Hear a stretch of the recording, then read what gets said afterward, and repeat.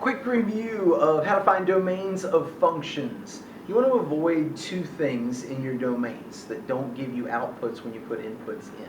The first one is make sure you don't have a denominator that equals 0, otherwise you're dividing by 0 and that's undefined. If you have an even root, square root, fourth root, so on, you want to make sure that the radicand, which is the thing under the radical, isn't negative. You can't take the square root of a negative number, you get an imaginary. Now that's only for even roots.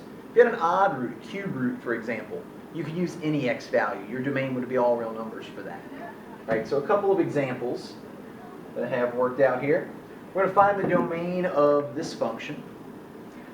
First, notice that there is a value that makes the numerator equal 0, -4 for x, but that doesn't affect my domain. If I made x by -4, then my output would be 0, and that's okay. You can have an output of 0. The problem is if the denominator equals 0. So we want to make sure for our domain here that this denominator is not equal to 0, and then we're just going to solve that denominator. This is going to factor into x plus 5 and x minus 2. And so therefore we have an x value that can't be -5 and an x value that can't be 2. Any other value for x would be okay for us there. But we can't have -5 or 2. You can write your answer like this. You can also use your interval notation. Interval notation just leaves out the -5 and the +2. So I can go from -infinity to -5, union, -5 to 2, union, 2 to infinity. You can write your answer that way as well.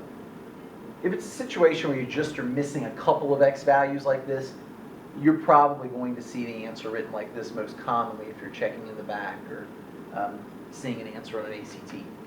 Right? So that's your first thing. Make sure your denominator isn't 0. You can't divide by 0.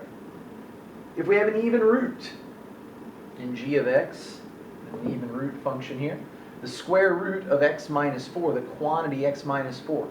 For the domain, we want to make sure that this is not negative. So our domain, that x minus 4 needs to be greater than or equal to 0. 0 is okay here because we can have square root of 0. So we want to make sure x is greater than or equal to 4 for our domain. Or if you want to write this in your interval notation, starting at 4, we're going to make that a closed interval all the way to infinity. Either of those answers is correct. You don't have to write both. You can choose one or the other. I just want you to be able to recognize both in case you see it in a multiple choice situation. Okay? Again, that's for even roots. If this would have been the cube root of x minus 4, domain's all real numbers because we can put negatives into cube roots and get real numbers out. All right.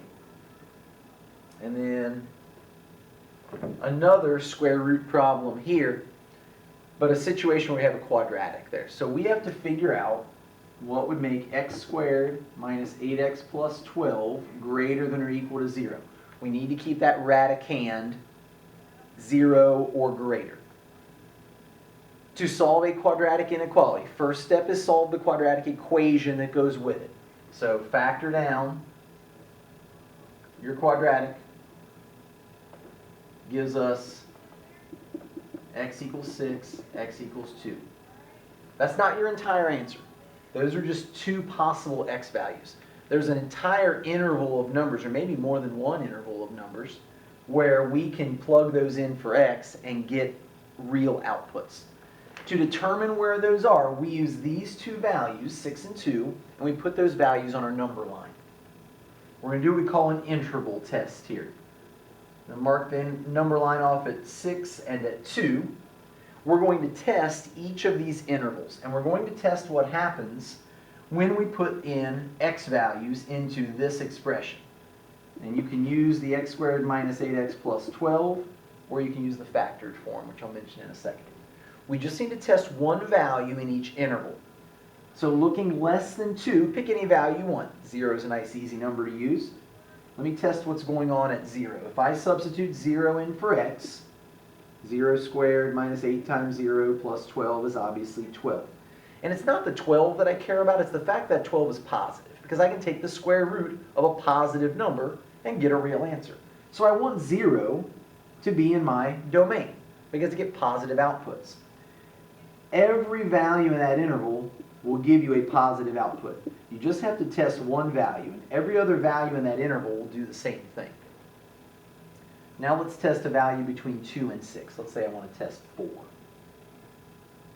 Now I can do 4 squared minus 8 times 4 plus 12 and get my answer, but sometimes we don't have a calculator on a test. A quicker way to do this is to substitute the 4 into the factored form, because this is the same expression as this, it's just factored. So let me plug in 4 for x here in the factors. 4 minus 6 is a negative 2. 4 minus 2 is a positive 2. The product will be a negative value. That's bad for my domain. I don't want to take square roots of negative numbers. I don't get real outputs. So every value from 2 to 6 will give you a negative expression under the radical, and therefore we want to leave that out of our domain. Finally, anything greater than 6. Let's say I put in 9. Well, think about plugging 9 into both these factors. Both of those factors are going to end up being positive, regardless of what value you pick in this interval. Anything greater than 6, this factor is going to be positive, this factor is going to be positive. Their product is going to be positive. So everything in that final interval would also give you positive radicands, which is okay, because I can take the square roots of those. So now let me put my domain together. My domain at the end here, make sure you can see this. I have 2 different intervals I want to use, and I'm going to use my interval notation here. My domain for this interval starts at negative infinity, goes all the way up to 2. That's a closed interval because I can use the value of 2. The value of 2 gives me the square root of 0, which is real. I have another interval, so I use my union. I have another interval that starts at 6 and goes to infinity. So that's what my domain is going to look like there. That's using quadratic inequalities to help us find domains using an interval test. Those are examples of different ways to find domains of functions.